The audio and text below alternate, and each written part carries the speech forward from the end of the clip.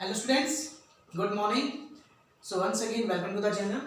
So today we are going to start a very important topic, that is limiting reagent from our class 11 chapter first, some basic concept of chemistry.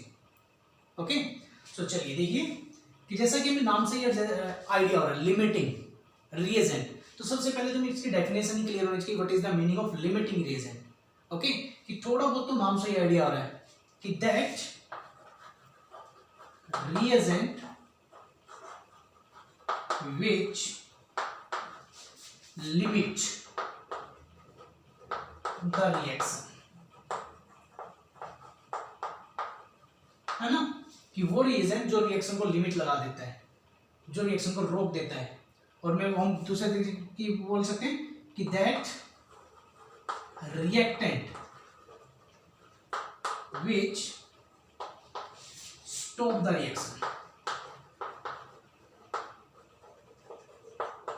है ना. Second definition कि obviously जब भी कोई reaction होगी तो हमें reactant तो चाहिए ना, कि दो रिएक्टेंट तीन रिएक्टेंट जो भी आपस में रिएक्ट करेंगे, कि वो रिएक्टेंट जो किसी रिएक्शन को रोक दे. अगर हम तीसरी डेफिनेशन की बात करें हम कि that reactant which always present in lesser amount,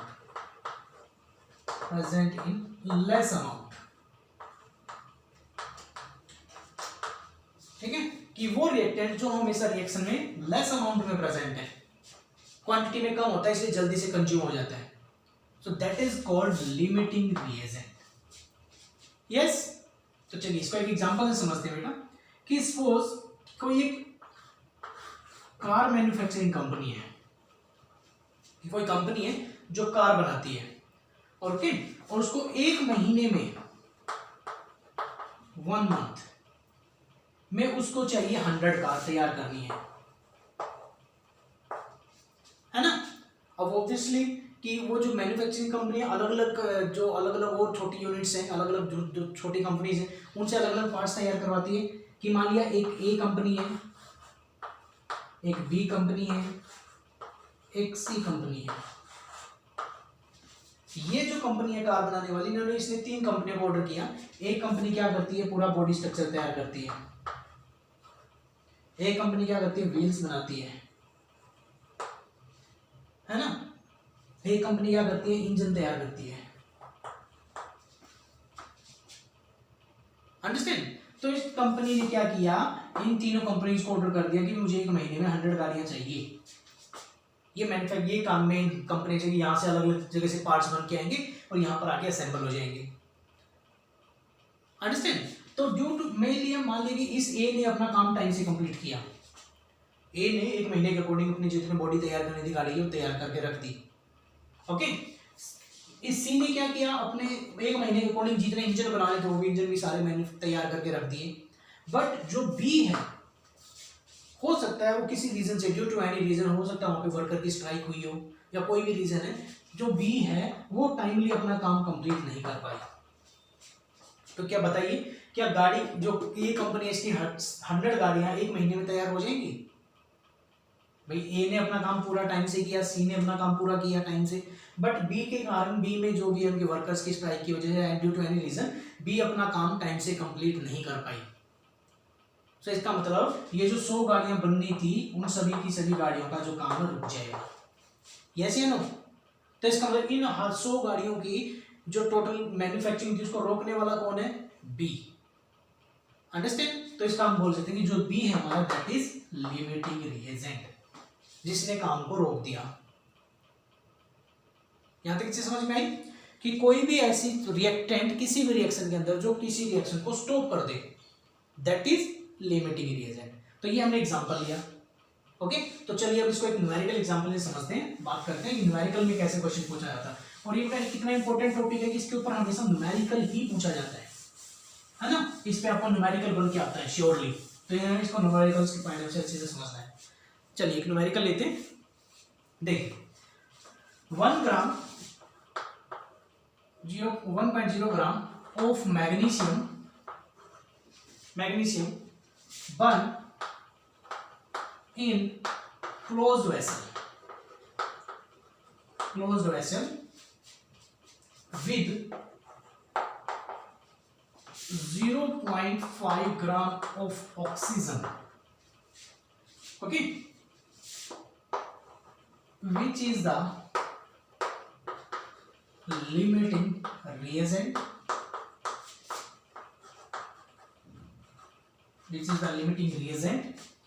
and what is the amount of magnesium oxide formed in reaction. ठीक है, देखिए क्वेश्चन को समझिए। अब क्या कह रहे हैं कि 1 ग्राम मैग्नीशियम को बर्न किया गया क्लोज वेसल में जिसके अंदर इतनी ऑक्सीजन है, तो इस रिएक्शन के अंदर लिमिटिंग रिएजेंट क्या होगा और जो मैग्नीशियम ऑक्साइड बनेगा तो उसकी अमाउंट कितनी बनेगी। तो पहले तो रिएक्शन को पूरा करते हैं।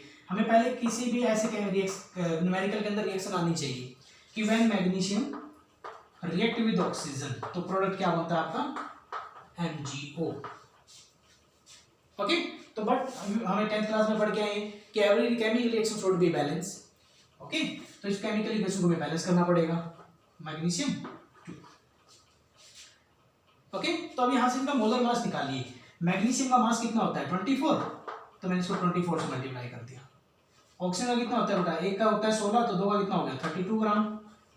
तो यहाँ मैग्नीशियम कितना बना था, मैग्नीशियम ऑक्साइड 2 × 24 + 16, ओके। तो कितना यहाँ देखिए कितना बना हमारा 24 48 + 32 gram, that is given to 80 gram. ये तो हमें पता ही है कि हमेशा रिएक्टेंट और प्रोडक्ट का मास इक्वल होना चाहिए, law of conservation of mass, okay. तो हम यहाँ पे ये बोल सकते हैं कि 48 ग्राम जो मैग्नीशियम है उसको 48 ग्राम मैग्नीशियम के साथ कितनी ऑक्सीजन रिएक्ट करती है 32 ग्राम, ओके। तो अब हमारे पास क्या है 1.0 ग्राम मैग्नीशियम है जिसके ऑक्सीजन कितनी प्रेजेंट है ये। तो यहां से हम क्वेश्चन में निकाल लेते हैं कि किसकी क्वांटिटी कम है, कि अकॉर्डिंग टू कंसेप्ट हमें इतनी 48 ग्राम ऑक्सीजन के साथ चाहिए 32 ग्राम, 48 ग्राम मैग्नीशियम के साथ हमें 32 ग्राम ऑक्सीजन चाहिए। तो 1 ग्राम मैग्नीशियम के साथ कितनी ऑक्सीजन चाहिए, ओके। तो चलिए इस क्वेश्चन को आगे बढ़ाते हैं कि 48 gram magnesium we require 32 gram oxygen. Yes, कि 48 ग्राम के लिए हमें कितनी चाहिए 32 ग्राम ऑक्सीजन चाहिए। तो फॉर 1 ग्राम मैग्नीशियम के लिए कितनी ऑक्सीजन चाहिए 32/48, इतनी चाहिए ना, कर लो इसको डिवाइड, ओके। तो 4 दूनी 8 4 3 12, तो ये हमारे पास बच गया 0.66 है ना, 0.66 ग्राम। मतलब कि 1 ग्राम मैग्नीशियम के लिए ऑक्सीजन कितनी चाहिए, इतनी ऑक्सीजन चाहिए हमें, बट हमारे पास ऑक्सीजन कितनी है 0.5 ग्राम, चाहिए कितनी 0.66 ग्राम। तो किसकी क्वांटिटी कम हुई, ऑब्वियसली ऑक्सीजन की क्वांटिटी कम हुई। तो हम क्वेश्चन में हमें लिमिटिंग रिएजेंट पता चल गया। इस क्वेश्चन को आगे करते हैं। For 1 gram magnesium we require 0.66 gram oxygen, है ना, but in question only 0.5 gram oxygen is present,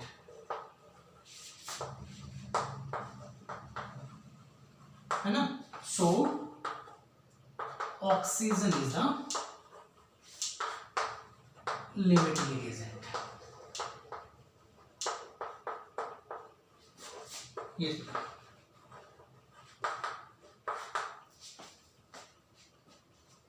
yes, तो ऑक्सीजन कितना है, ऑक्सीजन क्या हो गया हमारा लिमिटिंग रिएजेंट पता चल गया हमें,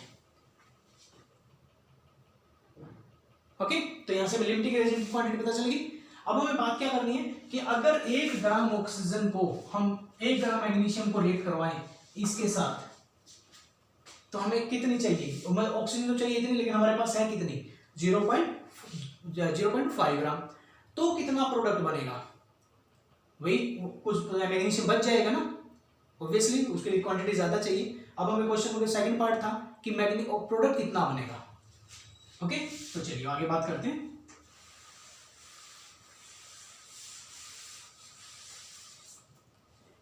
तो 32 ग्राम, अगर हम क्वेश्चन देखा हमने, 32 gram oxygen react with 48 gram magnesium, product कितना बना हमारा, 80 ग्राम एमजीओ बना है ना। तो 1 ग्राम ऑक्सीजन अगर रिएक्ट करती है तो कितना बनेगा, 80/32।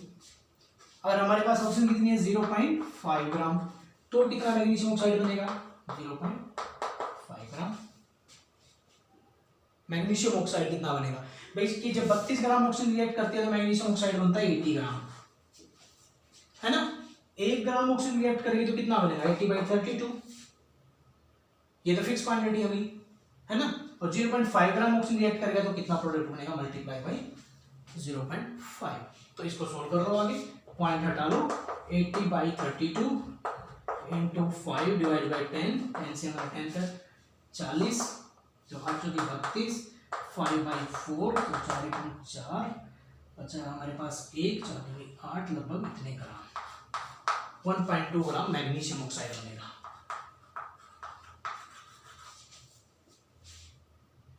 ओके, तो ये हमारा आंसर है कि इतना मैग्नीशियम ऑक्साइड बनेगा। यस, तो इस तरीके से हमें क्वेश्चंस को सोल्व करना है। दैट मीन सबसे पहले हमें लिमिटिंग रिएजेंट का ही पता लगना चाहिए, और लिमिटिंग रिएजेंट पे ही कोई प्रोडक्ट डिपेंड करेगा, है ना, क्योंकि जितनी उसकी क्वांटिटी होती है तो यूज होगी। 32 ग्राम ऑक्सीजन इतना प्रोडक्ट बनाती है तो इतनी ग्राम ऑक्सीजन कितना बनाएगी, तो क्वांटिटी निकाल दी हमने। So that is limiting reagent and how we can solve any question. Okay, तो चलिए एक क्वेश्चन और सोल्व करते हैं, इसके ऊपर एक क्वेश्चन और लेते हैं, ऐसा ही एक क्वेश्चन और देखते हैं। देखिए एक क्वेश्चन और उठा लेते हैं। Yes, 560 gram of nitrogen and 100 gram of hydrogen mixed together to form ammonia, है ना। Calculate the limiting reagent, calculate the limiting reagent. Okay, इसमें हम लिमिटिंग रिएजेंट निकाल लेते हैं, वैसे इस क्वेश्चन को और आगे भी बढ़ा सकते हैं। भाई अगर 560 ग्राम को नाइट्रोजन ले और 100 ग्राम हाइड्रोजन ले अमोनिया बनाने के लिए, तो इन दोनों में लिमिटिंग रिएजेंट कौन है। तो पहले हमें रिएक्शन का फॉर्मूला क्या बोलता है, रिएक्शन पता होनी चाहिए कि when nitrogen react with hydrogen तो प्रोडक्ट क्या बनता है, ammonia. Equation should be balance, तो नाइट्रोजन 2 है, इधर भी 2 कर देते हैं, हाइड्रोजन 6 हो गए। अब यहां से मोलर मास निकाल लो, नाइट्रोजन का इतना कितना होता है 14 ग्राम, तो 2 का कितना होगा 28 ग्राम, एक हाइड्रोजन का होता है 1, तो 6 का कितना होगा 6 ग्राम। प्रोडक्ट कितना बना 2 × 14 + 3, तो कितना बना 34 ग्राम। वो तो ऑटोमेटिकली में रिएक्टेंट से पता चल जाता है हमेशा, है ना। तो इसका मतलब अब यहाँ से क्या पता चल रहा है हमें कि 28 ग्राम नाइट्रोजन के साथ हाइड्रोजन कितनी चाहिए 6 ग्राम। ओके, तो एक के साथ निकाल देते हैं, कभी भी किसी भी वैल्यू यूनिट रख लो। For 28 gram nitrogen we require 6 gram hydrogen, है ना, कि 28 ग्राम नाइट्रोजन के लिए हमें चाहिए हाइड्रोजन कितनी 6 ग्राम।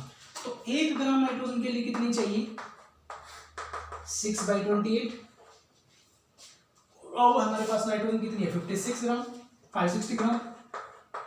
नाइट्रोजन के लिए हाइड्रोजन कितना चाहिए इंटू 560, डिवाइड कर लो,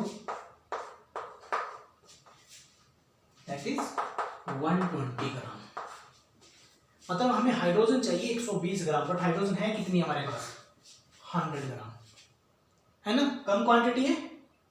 yes, okay, so that means कि for 560 gram nitrogen we require 120 gram hydrogen.